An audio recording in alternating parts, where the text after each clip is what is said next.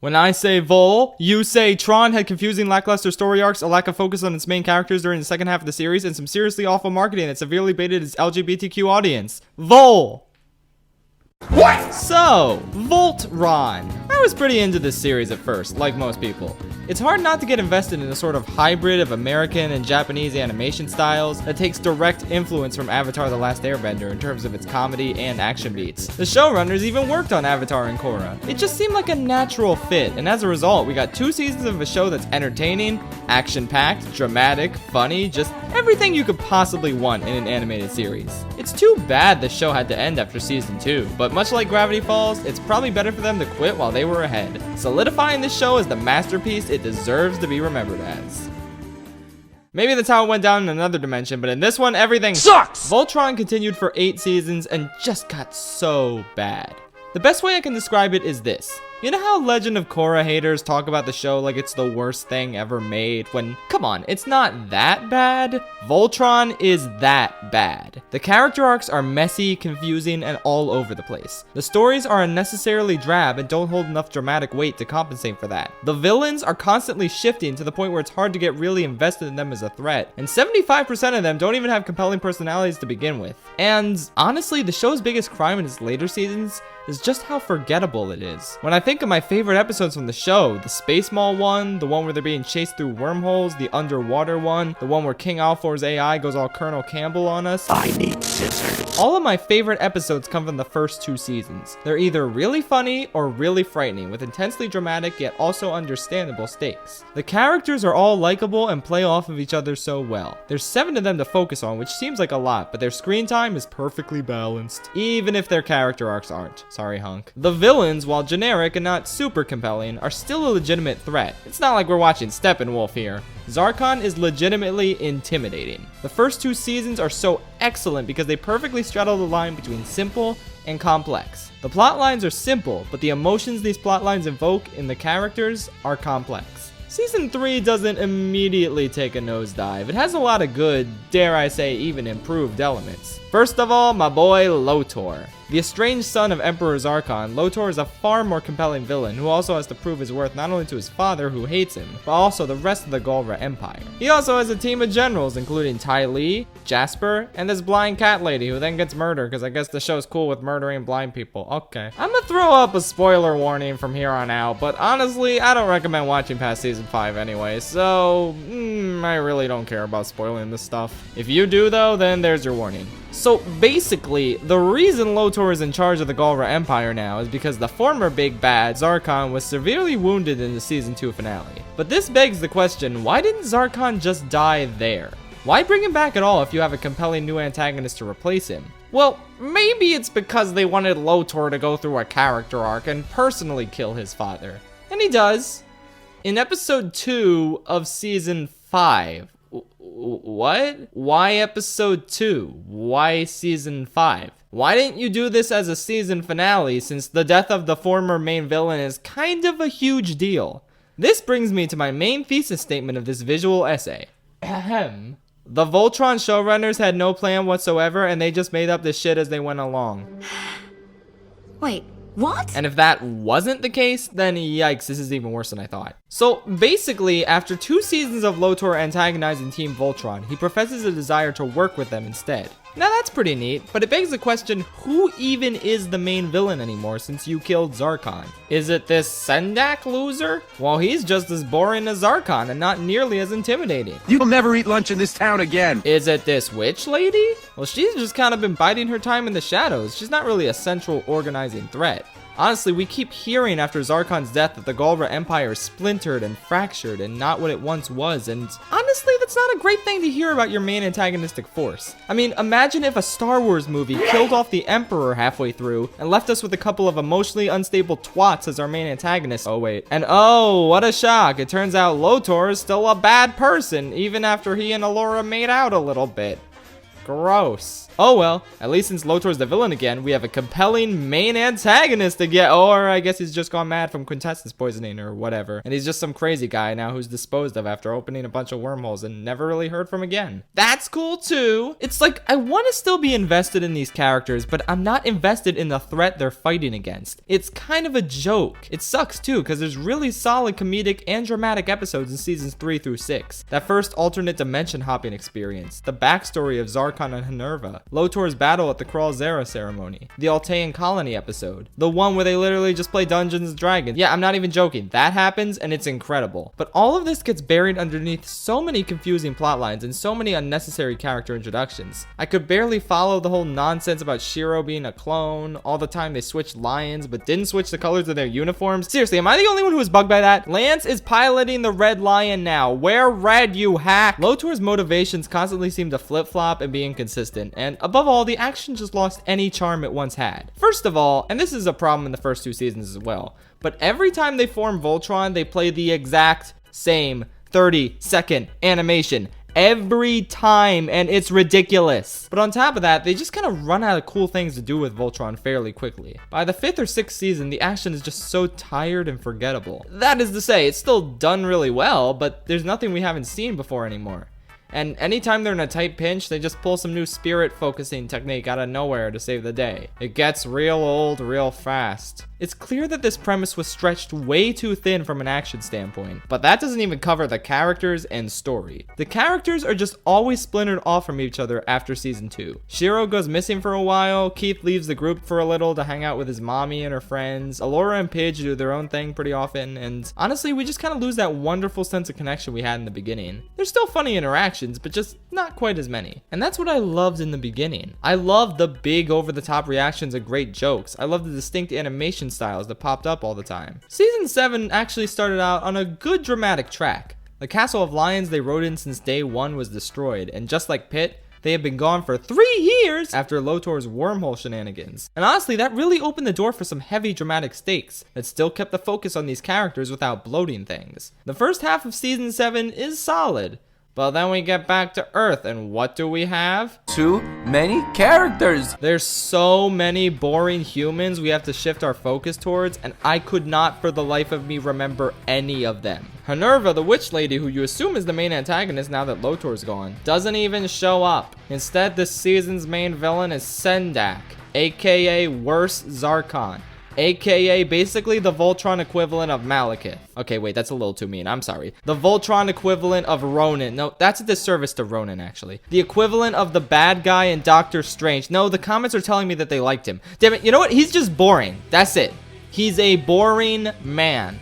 They beat him, and they beat a robot, and it's not fun. You know why the last season of Korra worked? Because even though it had a plethora of characters coming together to fight a robot, each character was introduced to us in a previous season, and they all have distinct, memorable personalities. It was satisfying to see everyone coming together to fight a villain who was actually intimidating on her own, not some loser we are told we should be intimidated by. On top of that, Shiro, the former leader of Voltron and de facto main character of the show, is now relegated to a supporting role as the captain of the ship. He doesn't really accomplish much in this season, and the problem is even worse in season 8. Oh god, season 8. What is going on in here? This is the first time I came out of a season of this show saying, wow, that was legitimately awful. The only things I liked in this season was baby Lotor flashbacks and that one scene where Karan was talking to Lance as a stern father figure guy. Actually, come to think of it, Karan is the one aspect that has never dipped in quality. Every other character has frustrated me at one point in one way or another, but Karan is the bright spot in a universe of bleakness and boring plots. Also, the carnival episode that was trying to be whimsical just felt lifeless and forced. It was like the Space Mall episode, but with people who had the charm sapped out of their bodies over time. If you're wondering whether I'm referring to the characters or the writers with that statement, the answer is yes. So yeah, this tonal mess of an episode ends with Allura accepting a dark entity in her body and ending up in a coma. That's fun, right? I love tonal whiplash. You know, in the face of overwhelming darkness and despair, the final season of Avatar was still fun. And the fun wasn't out of place. Like that play they went to right before the finale, I had fun. The finale itself was fun, despite being intensely dramatic. And the dramatic stakes were way clearer and way stronger than they were in Voltron Season 8. Avatar not only had fun moments, but dramatic, impactful moments that felt earned. This season has one attempt at a dramatic, impactful moment that doesn't even work because of how illogical it is. I'll get to it in a sec. Okay, so basically the plot is stop Minerva from destroying all realities because she wants to live in one where her family is alive and accepts her. That's not at all a generic motivation that I've seen twice this year in that awful Cloverfield movie and in Into the Spider-Verse. Both of which did it better because they didn't pour all their focus into it. Minerva's motivation is just not compelling, and neither is the idea of multiple dimensions and timelines converging. At least, how it's presented here. You wanna know who did that better? Not just Into the Spider-Verse, not just the Cloverfield paradox. This idea was done better by Scott the Waz's video about Dick Vitale's Awesome Baby College Hoops. Side note, I had a cameo in that, so you guys should totally check it out. But anyway, let me break this down for you on how to do an alternate dimension hopping plotline correctly with Dick Vitale's Awesome Baby College Hoops. Spoiler warning for that video. So, the main villain is Relax-a-Lax. The backstory here is clear. In his video on Super Smash Bros. Intros, he accidentally brought a copy of Ultimate back in time 3 days before the game released. This, in turn, created a time paradox, and his mind was split across different timelines. This led to a timeline where his warped, twisted psyche became fixated on Dick Vitale's Awesome Baby College Hoops, and it caused him to attack Scott because he was incredibly fixated on the Madden series. There is a clear reason for him to be insane, a clear motivation for his plan, and also his plan makes logical sense. Now let's look at Minerva. She wants to be reunited with her family. Why didn't she show a desire to be with them before, when they were both alive? We get why she's crazy because of all the quintessence poisoning, but like, she's still smarter than this, right? She's this puppet master who's been pulling the strings this whole time. Doesn't she know better than to cause the destruction of every reality by doing this? And also, after alternate baby Lotor doesn't accept her, she's just like, well, fine if you don't want my money. And then she actively tries to destroy every reality ever out of rage. That's not compelling. And also, what a missed opportunity having multiple realities converge but never exploring alternate versions of the characters outside of this and that one episode in season 3. Spider-Verse? Yes. Many spider people, and there's some compelling drama when they interact with this alternate universe. Cloverfield paradox? Surprisingly, yes. The main character has this nice moment where she sends a message to her alternate self and tells her, don't let your kids burn alive in a fire. Okay, I'm sorry, I'm pushing it a little there. Dick Vitale's Awesome Baby College Hoops? Look at this. The vegans that hated Scott in his own dimension are now his friends in this one. That's really compelling. Voltron has alternate dimensions and it doesn't do anything with it. Why didn't Lotor come back with an alternate dimension army of evil Alteans or something that made sense? Am I going insane? Okay, so anyway, Allura for some reason can suddenly sacrifice herself to stop Minerva. Also, she talks Minerva out of being evil, I guess. Okay, but why Allura? Why not the lions? Wouldn't that make more sense since they're made of super wormhole material or whatever? I forget. Why is Allura denied a happy ending after all the suffering she endured? Hell, why is Lotor? Why did they make him sympathetic this season if they weren't gonna use him? Also, Shiro doesn't die, but he's literally useless this season, so there's that. Why does the crew hate their most compelling and tragic characters? Is there a reason for this? Sacrificing the lions makes way more sense because it shows the world doesn't need Voltron anymore. It would be dramatic and impactful, but sure, kill off the character who most deserves a happy ending, I guess. Why not? And Lance becomes Altean somehow? For some reason? What is going on? Okay, so the ending is generic and not impactful in the slightest. The epilogue is bland. Shiro literally marries some guy we've never seen before because we gotta get our LGBT brownie points without putting in any effort towards actual representation. Look, guys, the Kurosami moment and the bubbling kiss are impactful because in both instances, we know both of these characters and a relationship between the two of them felt logical and natural. You can't just throw in this random marriage with some rando in there and expect everyone to suddenly forgive you for... Oh my god, I just realized. I didn't even talk about Adam. The actual worst thing this show did, and I haven't gotten to it yet. Alright, look. I don't go to this show for representation. If I did, I would have stopped watching when I found out Paige wasn't actually asexual. I watched for the compelling characters and fun storylines, but a lot of young people were excited to see some legitimate diversity and representation in an animated series. So when the showrunners promoted the fact that, hey, Shiro's lover Adam is going to be introduced in season 7, People lost their minds. They were so excited for a 1-minute flashback where the two of them don't embrace or give any indication of being a couple, and a 15-second scene later where Shiro is grieving the fact that Adam is now dead. Yikes. Hyping Adam up before the season came out was a choice. If you didn't do that, then nobody would complain. Wanna know why? Because everyone would just think that these two were best friends or something. That's how pitiful this representation is. It's not even an attempt at representation, it's an exercise in audience manipulation. There's really no other way to put it. Also, there's a whole 2-part flashback scene where we see Earth preparing for war in the 3 years where Voltron has been gone. If you wanted Adam's sacrifice to mean something, since apparently we can't have him alive to actually be with Shiro, then why not make him a key player in that 2-parter? That way, he would mean something. As is? Nah, we just threw him in. Yeah, give us some points. We did representation right. Oh boy. Okay, so now comes the part of the video where we talk about shipping. And by we, I mean someone who actually cares about shipping. Y'all remember my one editor, Jalisa, right? We made a YTB collab a year ago. She was in the other collabs. She edited this video that you're watching right now for me. Remember? Well, anyway, she's gonna take it from here. Shipping. Oh, Quiznak. Not to point out the obvious, but shipping in the VLD fanbase is a flaming dumpster fire. And I'm not going to say something glib like it didn't have to be this way, because every decision the showrunner's marketing team and some voice actors made along the way seems deliberately conducive to the worst kind of shipping environment possible, as if they were following a recipe for creating massive ship wars. First of all, we have Ambiguities. Allura, in particular, is very age ambiguous. Rumoredly, she had her age argued about amongst the writing staff, with Tim Hedrick, or Hedrick, at least I know now it's not Hendrick, oops, reportedly wanting her romantic endgame to be Shiro, while showrunners Lauren Montgomery and Joaquim Dos Santos were pushing Allura and Lance. Or Allurance. I mean, how any writing team can have something as important as the general plot and romantic endgames left undecided during most of the writing process is beyond me. This should be one of the first things you decide when you're making your story outline, or at least something you decide early on. However, the showrunners allowed it to go unchecked and unresolved, throwing in bits of endgame foreshadowing with Lance, Lotor, Keith, and Matt along the way, and consequently letting Allura get passed around like the 99th bottle of Nunville on the wall. Might I also add that she was in a coma sleep for 10,000 years and is an alien who ambiguously ages differently from the rest of the cast? Shiro, too, was done a disservice by the age ambiguities because the show was said to feature 5 teenagers when Shiro is, in canon, 25, making him 7 to 10 years older than the other paladins.